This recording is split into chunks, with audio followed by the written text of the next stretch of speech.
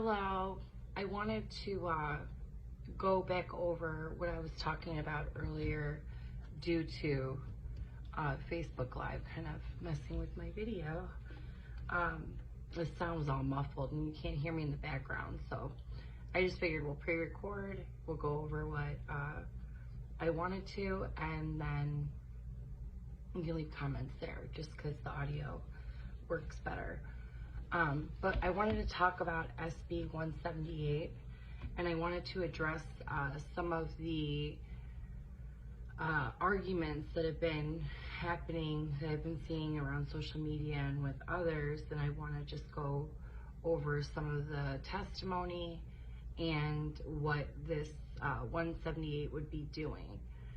So, SB178 passed in the Senate.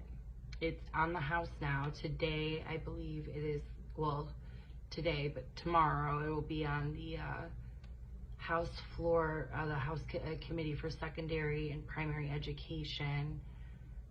I believe the third hearing, third or fourth, one of the two. But then it'll probably go to the floor. It'll probably vote it out of committee, but I'm not sure what they're doing. And I would still recommend today to call your reps or email them and let them know no.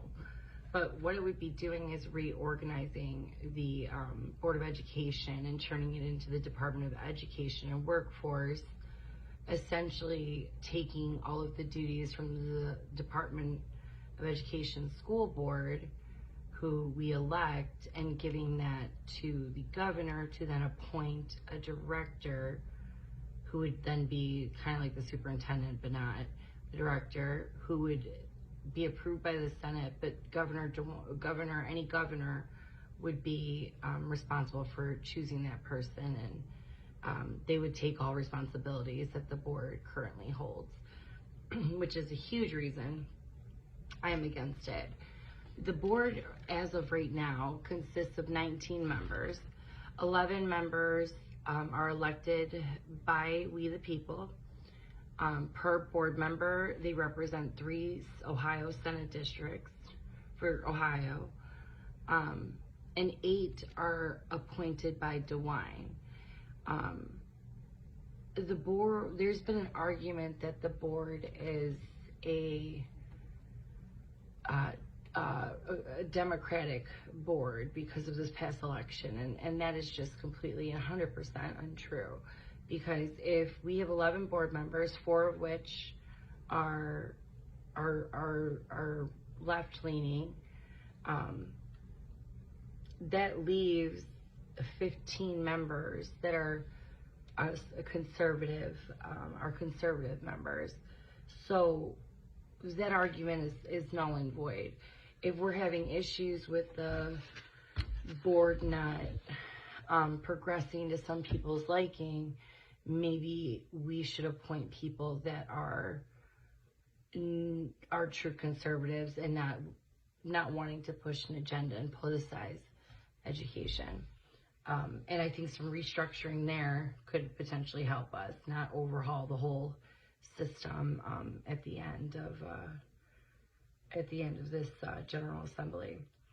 But let's go over the highlights of this bill real quick in case you haven't caught my previous live.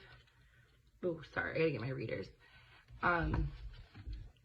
So the bill creates a position, the Director of Education and Workforce, to lead the Department of Education and Workforce. The total annual payroll, salary, and benefit costs, that could be up to $254,000 for the director.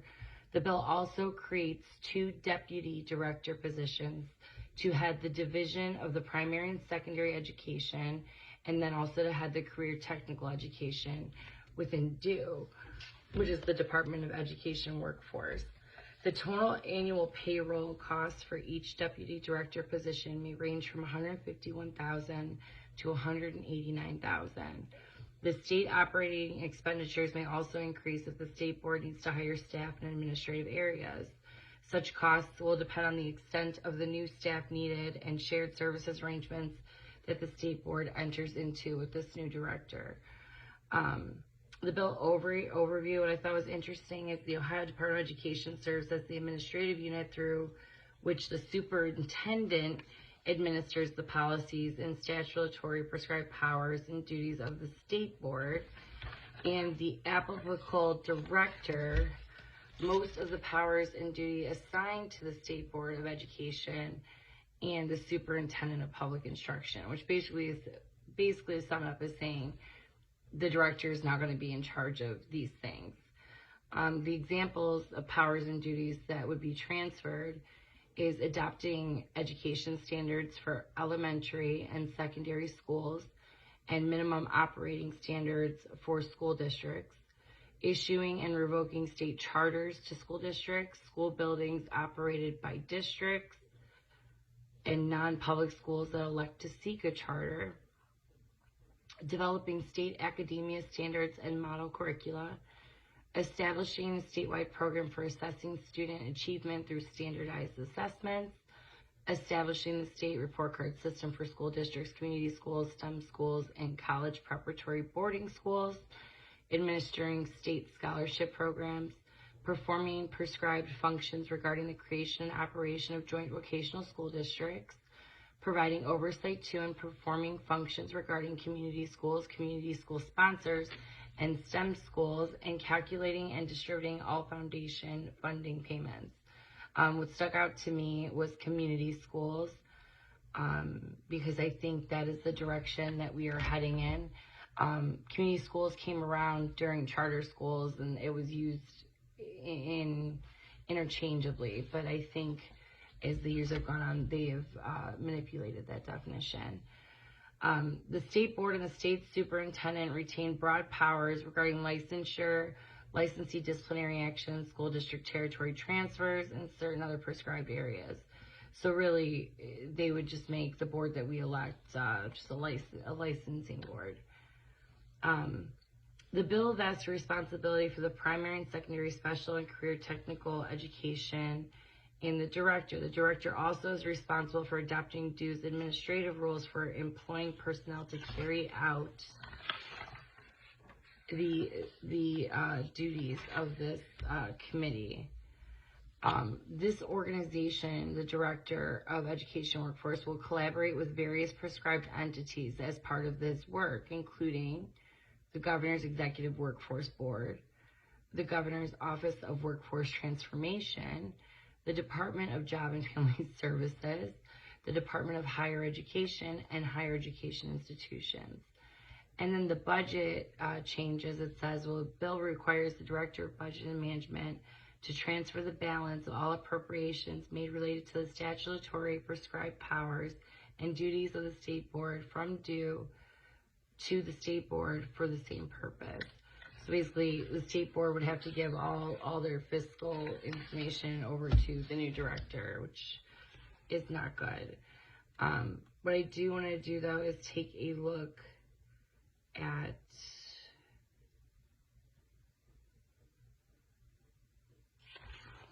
the testimony that was given. We're going to start with the proponent, which means they are for it. And the first one that I have, I just picked kind of a couple interesting ones that I liked. This is Renee Smith, President of Fostoria Economic Development Corporation and Managing Director of the Fostoria Learning Center. She said she had the distinct advantage of looking at workforce issues from two sides, the employer's perspective as well as an educator's. She feels that we need to focus on improved academic and workforce skills for accountability and outcome. She goes on to say, you know, they're vocational schools, so they want the vocational focus because that's more money for their charter schools. So it was kind of a telltale when all the vocational schools are for adopting something like this, even though they're, you know, they can't say that they're lacking under this Board of Education because their attendance rates have increased by 40% over the last couple of years. So it's not that the Department of Education is lacking somewhere, but I think there's some outside, maybe some subsidies, maybe there's something here that all these technical schools want this bill passed, and that's for sure. The Ohio Chamber of Commerce, they said they write to you in support of the Senate bill legislation that would seek to improve the academic achievement and workforce skills of our students to drive better outcomes in their education and to prepare for more effective career readiness. Well, a lot of our kids, again, are going to vocational schools, and secondly, our kids are behind academically due to the pandemic that we were in the last 2 years. Let's not forget that. Our governor did lock us down, but we trust him so much with our education. We hear from our members on a constant, if not daily basis, that they're struggling mightily to find employees to fill current vacancies. That's due to the economy and COVID and a bunch of other extenuating circumstances. It needs to be better. Our support of SB 178 is because it is our belief that with better alignment of state agencies and a renewed focus under the new Department of Education and Workforce, our employer will see a better result as it relates to career readiness. The focus on this bill is truly ensuring that we are doing the best for our students and preparing the workforce for the future. Well, workforce technical careers have gone up in attendance already, and I don't think putting our education in charge of a few people is going to help us in the future in a little bit. And that is from the Ohio Chamber of Commerce. Kevin Boehner. Oh, sorry, not Boehner. I can't pronounce that. Boehner. He's the director of the Small Business and Workforce Policy. Then we have another technical institute, technical career and technology center, Vanguard Sentinel. And they basically go on to say, they've had increased enrollment of over 400 plus students taking advantage of their programs. They needed place a renewed height on emphasis on career and technical education. It says in its current structure, the Ohio Department of Education is somewhat constrained and at times not able to react quickly to workforce policy or other economic changes to truly meet the demands and expectations of the workforce in an all-encompassing manner. And they say if we choose to maintain the status quo, Ohio will continue down the same education pathway without recognizing the enormous shifts in the workforce demands without facilitating our sector's expansion. And all I can say is that this would economically benefit them, so no. The Ohio Education Association, though, came out, and I agree with what they said. I do agree with reform. Reform is needed, but not in this way, and that's what I feel like, and I feel like that's what they're saying here, too. They said they have trepidation. This is, Scott DeMauro. He is a high school government teacher, and he's the president of the Ohio Education Association.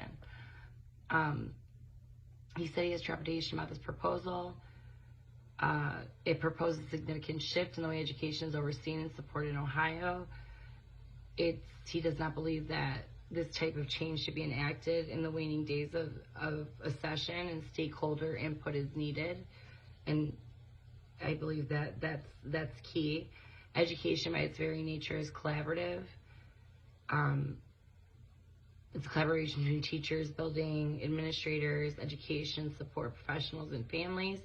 We are not one statewide education system, but there are hundreds and hundreds of school districts. Changes that impact education should be well vetted and well understood. And I don't think this bill is understood at all. Stakeholders should be heard and addressed to avoid unintended consequences. Yes, they should. And you can kind of see how this is going, but he would advise against passing the bill in a lame duck to allow adequate time for stakeholder input to buy in. The Ohio Education Association stands ready to participate in any conversation to improve education for our students.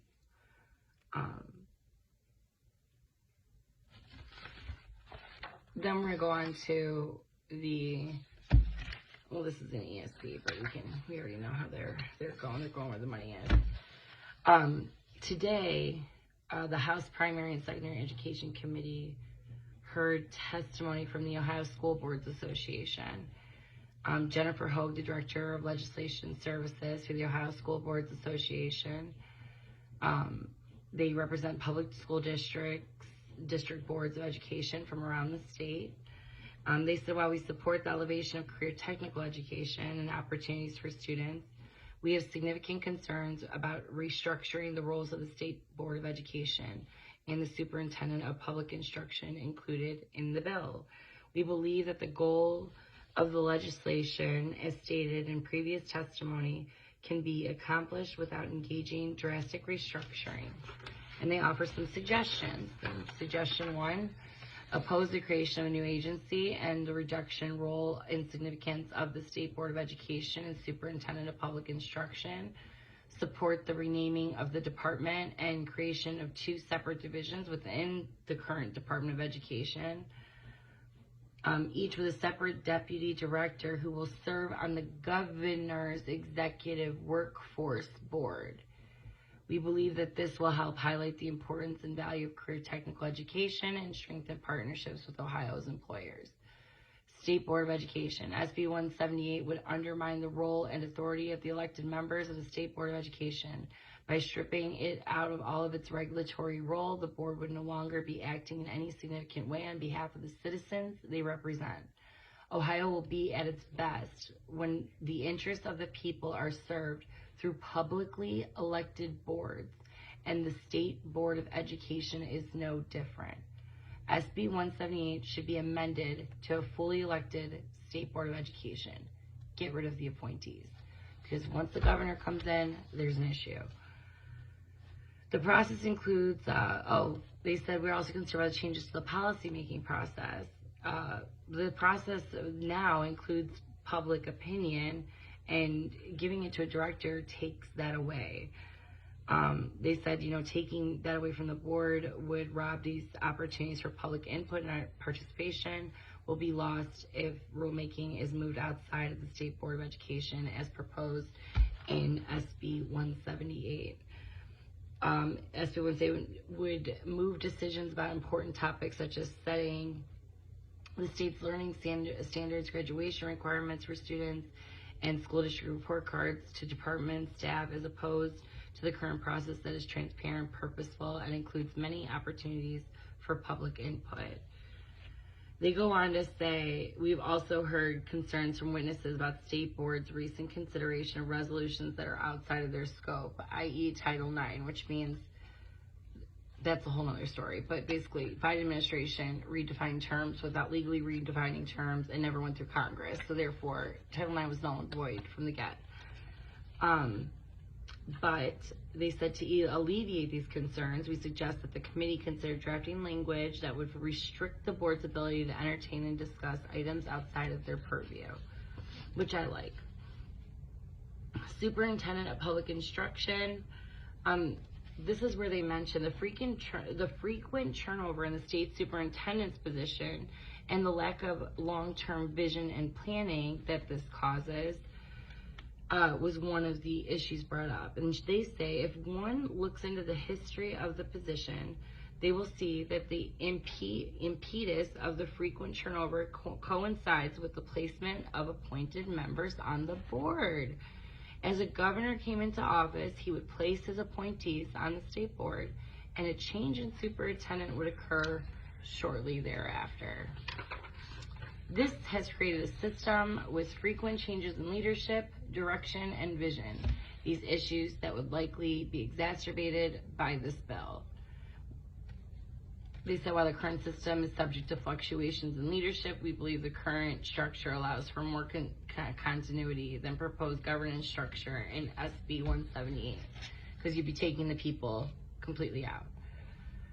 We further request that you take your time with this legislation and get feedback from Ohioans, because this is our education, ultimately, our education system. So they are, especially during reading, they are log rolling in Karen's terms, this bill, and we need to continue today to say no, and until it's on the floor, we need to continue to press our representatives. Now, personally, did a little digging. I wanted to see if there's any, had some help with this, but wanted to see if anybody was, I'm a big look at the money, right? Money's coming from somewhere. So maybe the sponsor of this bill is related to somebody that owns, I don't know, car dealerships, and they have a small PAC in Ohio that's called the Ohio Automobile Dealers Association Dealer Investment Group. It's a PAC. I wonder if any of the members on this secondary and primary House committee received money. Gail Manning, and she's the chair, $3,750 received from this PAC. Adam C. Bird, District 66, received $2,000. He's the co-chair. Gary Click, District 88, received $2,450 from this PAC. Sarah Fowler Arthur received $1,000. Don Jones received $3,500. J. Kyle Kohler received $1,500. Susan Manchester received $5,000. Kevin Miller could not find any money from him for him, and they could not find for Gail Pavliga. So those two were completely not on the donation list for at least this year. Tracy M. Richardson received $2,000. Now those are all of our Republicans. So I thought like some of our Republicans received money from the sponsor. Well, I can't say sponsors PAC, but sponsors families PAC. I was like, maybe the Democrats did, crazy world. Well, when you look at that, Joseph Miller III received, and this is a Democrat, received $4,350. Catherine Ingram only received $700. So Bela received $600. Lightbody received $800, and Philip, I think his name's Robertson, received $380. But that is everyone on the primary and secondary education committee for the House received money from the senators' families. So I need you guys to call Gail Manning of District 55, Adam C. Bird of District 66, Gary Click of 88, Sarah Fowler of 99, Don Jones of 95, Kyle Kohler of 79, Susan Manchester of 84, Kevin D. Miller of 72, Gail Pavliga 75, and Tracy M. Richardson from 86. Those are our Republican reps. Tell them no on SB 178. Tell them we just started digging into your financials and we're going to go deeper. And we are going to, help the people see this. Yeah, you guys do some more digging, but please call, please email, please tell them no, this is not for us, and this is not for the people. They would be stripping accountability of our education and of our board, of the people that we elect to represent us, we the people. So, and put a bureaucrat in charge of our education and talk about politicizing education. Here we go. So somebody tells you, oh, it's a Democrat board now. Oh, it's this. No, it's not. It's not true. It's kind of look at them and see what's your benefit in it. Stay focused, Ohio. Thank you.